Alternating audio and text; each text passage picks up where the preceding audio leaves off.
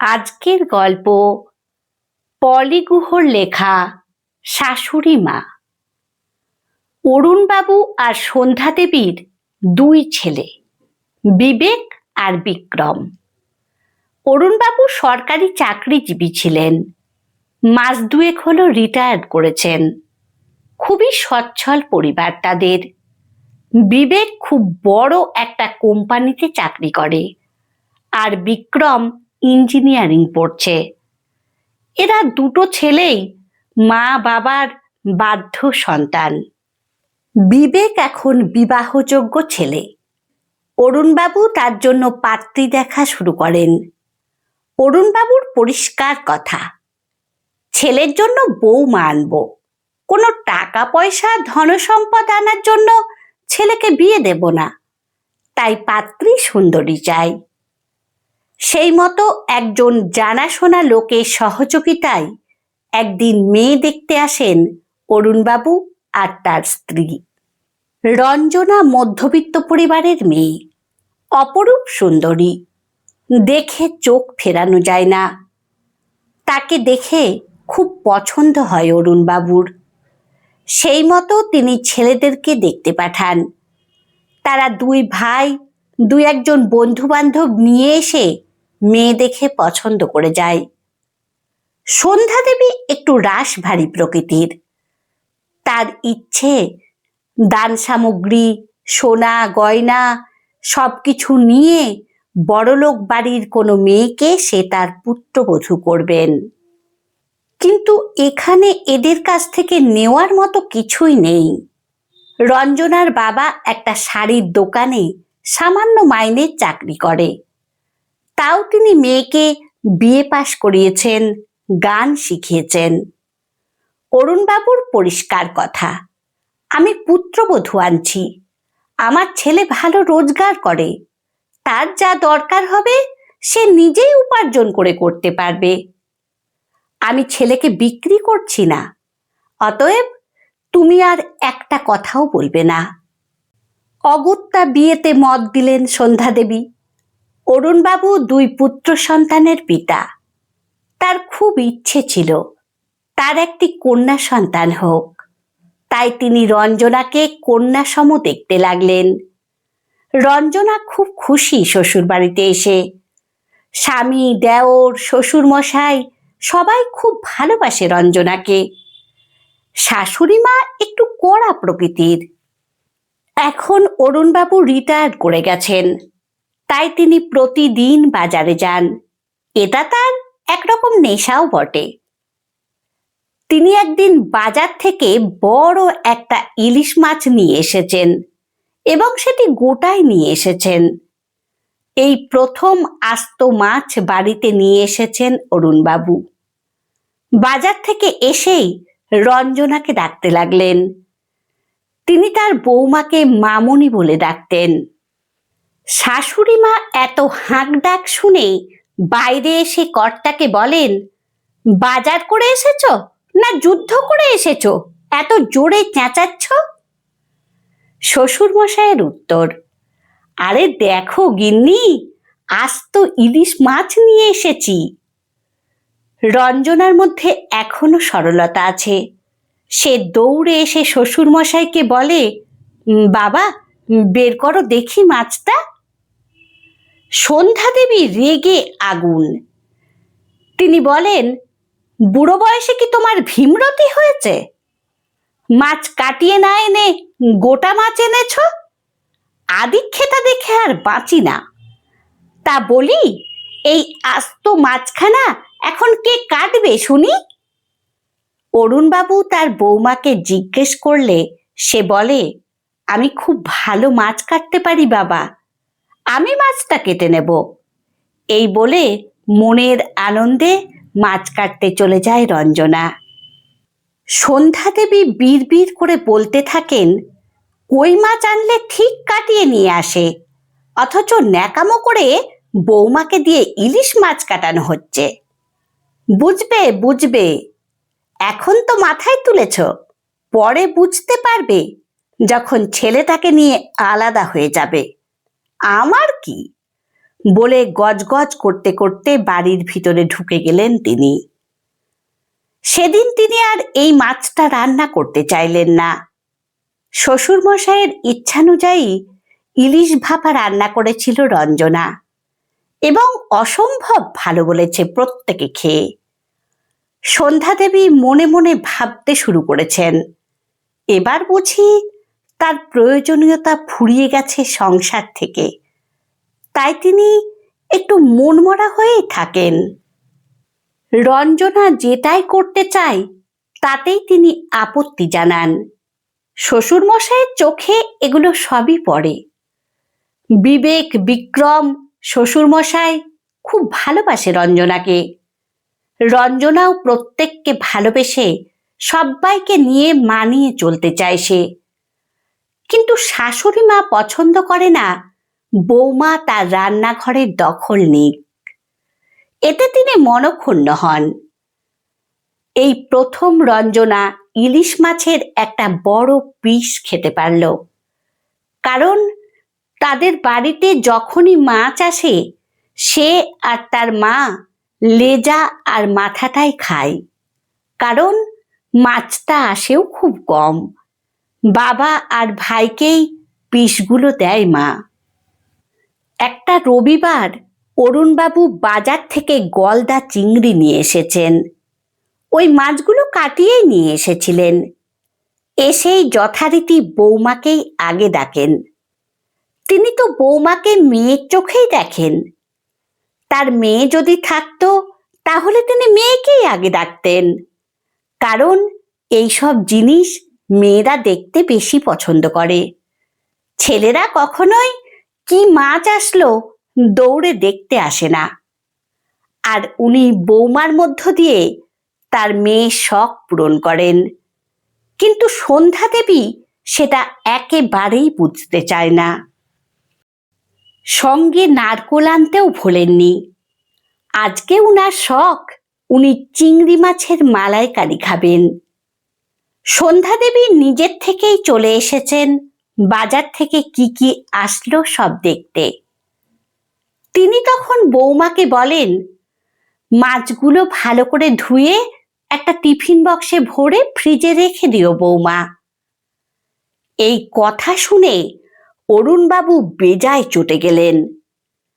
তিনি বলেন, রবিবার দিন মাছটা খাবো বলে নিয়ে এসেছি, আর মাছগুলো বৌমাকে কেন রাখতে বলছো ফ্রিজে? সন্ধ্যাদেবীর উত্তর, কি আক্কেল গো তোমার? আজ বড় ছেলে তার বন্ধুর ঠাকুমার বাৎসরিক অনুষ্ঠানে দুপুরবেলা খেতে যাবে, আর বিক্রম পাড়ার বন্ধুদের সাথে পিকনিকে চলে গেছে। আমরা তিনজন দুপুরবেলা খাবো, রাত্রে তো আমরা কেউই মাছ খাই না, তাই ফ্রিজে কালকে যা কিছু আছে সেগুলো দিয়েই হয়ে যাবে, আর সঙ্গে দুটো পোনা মাছের ঝোল করে নেব। মাছগুলো 2 দিন পরে করব, তখন সবাই মিলে একসঙ্গে খাবো। তিনি তখন বলেন, তাহলে আমাদের খাওয়ার কোনো দাম নেই? ছেলেরা যদি না খায় তাহলে আমরা সেদিন কোনো ভালো মন্দ খাবো না, এটাই বলতে চাও তুমি? গিন্নি বলেন, সেটাই নিয়ম, প্রত্যেক বাড়িতে সেটাই হয়। কে বানালো এই ভুল নিয়ম?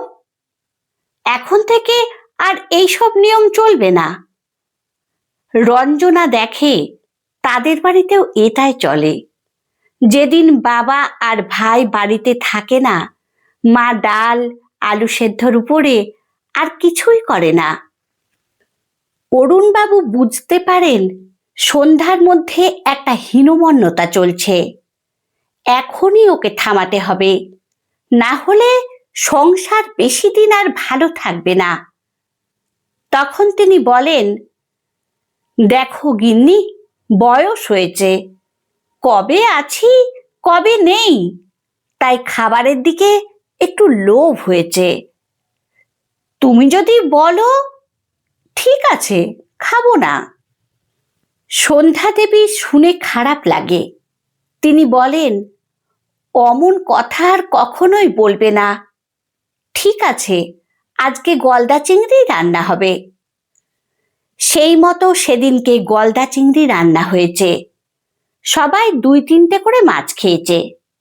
রঞ্জনার খেতে বসে চোখ ঝাপসা হয়ে আসে। এত ভালো ভালো খাবার কখনোই তার পাতে আগে পড়েনি। শ্বশুরমশাই তাকে সব থেকে বড় মাছটা দিতে বলেন শাশুড়ি মাকে। শাশুড়ি মাও সেটাই করেন, ইচ্ছে না থাকলেও। সেদিন রাত্রিবেলা অরুণবাবু সন্ধ্যা দেবীর সাথে কিছু কথা বোঝানোর ছলে তাকে বলেন। কারণ সন্ধ্যা দেবী তার স্বামীকে বলেই দিয়েছেন, ছোট ছেলেকে যখন বিয়ে দেবে বড়লোক বাড়ির মেয়ে আনবে, আর ঘর ভর্তি জিনিস নেবে। নিজের মনের মতন পাত্রী সে নিজে দেখবে, এই রকম গরিব ঘরের মেয়ে সে আনবে না। অরুণবাবু এইবার সন্ধ্যা দেবীকে বলতে থাকেন, গিন্নি, আজ তোমায় আমি কিছু কথা চোখে আঙুল দিয়ে দেখিয়ে দেব। এরপর তুমি বিচার করবে তুমি কি করবে। প্রথমত, আমি যখন তোমাকে বিয়ে করি তখন আমি যথেষ্ট স্বাবলম্বী।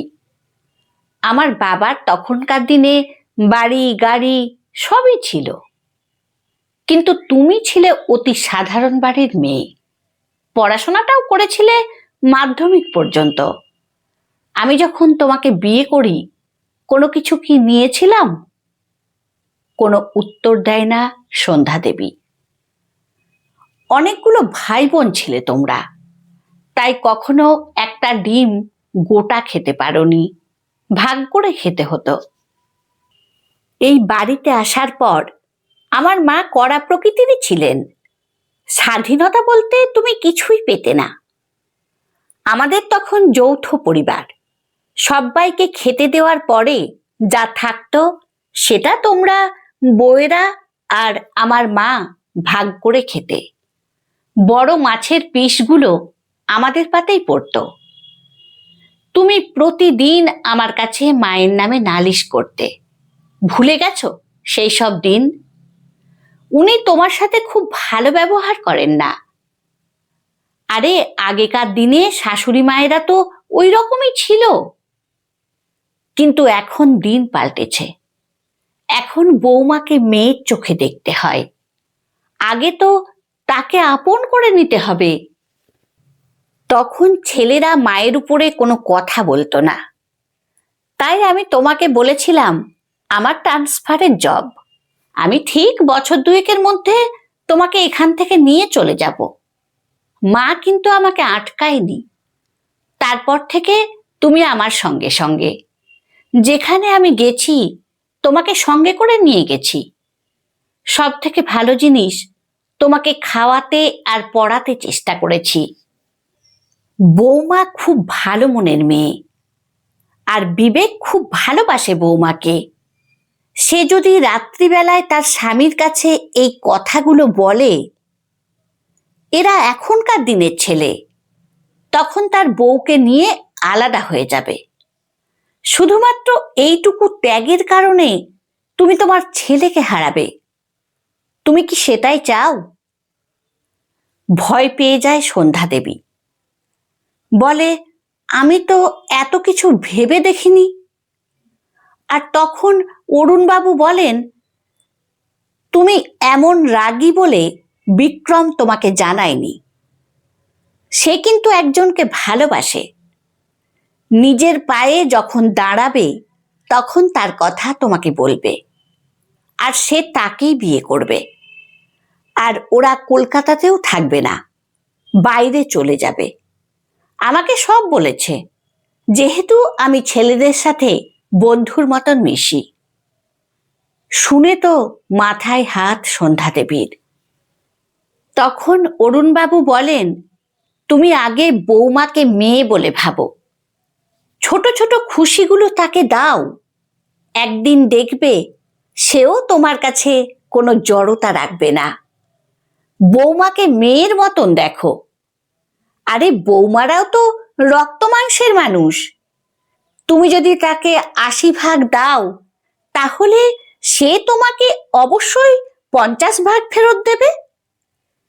নিজের ভুল বুঝতে পারেন সন্ধ্যা দেবী এবং পরের দিন থেকে তিনিও তার বৌমাকে মেয়ের চোখেই দেখা শুরু করেন। শাশুড়ি বৌমার মধ্যে খুনসুটি, কথা কাটাকাটি সবই থাকবে, কিন্তু দিন শেষে তারা মা মেয়ে এটাও ভাবতে হবে। আমার গল্প পাঠ যদি আপনাদের ভালো লেগে থাকে তাহলে লাইক, কমেন্ট ও শেয়ার করে দেবেন। ধন্যবাদ।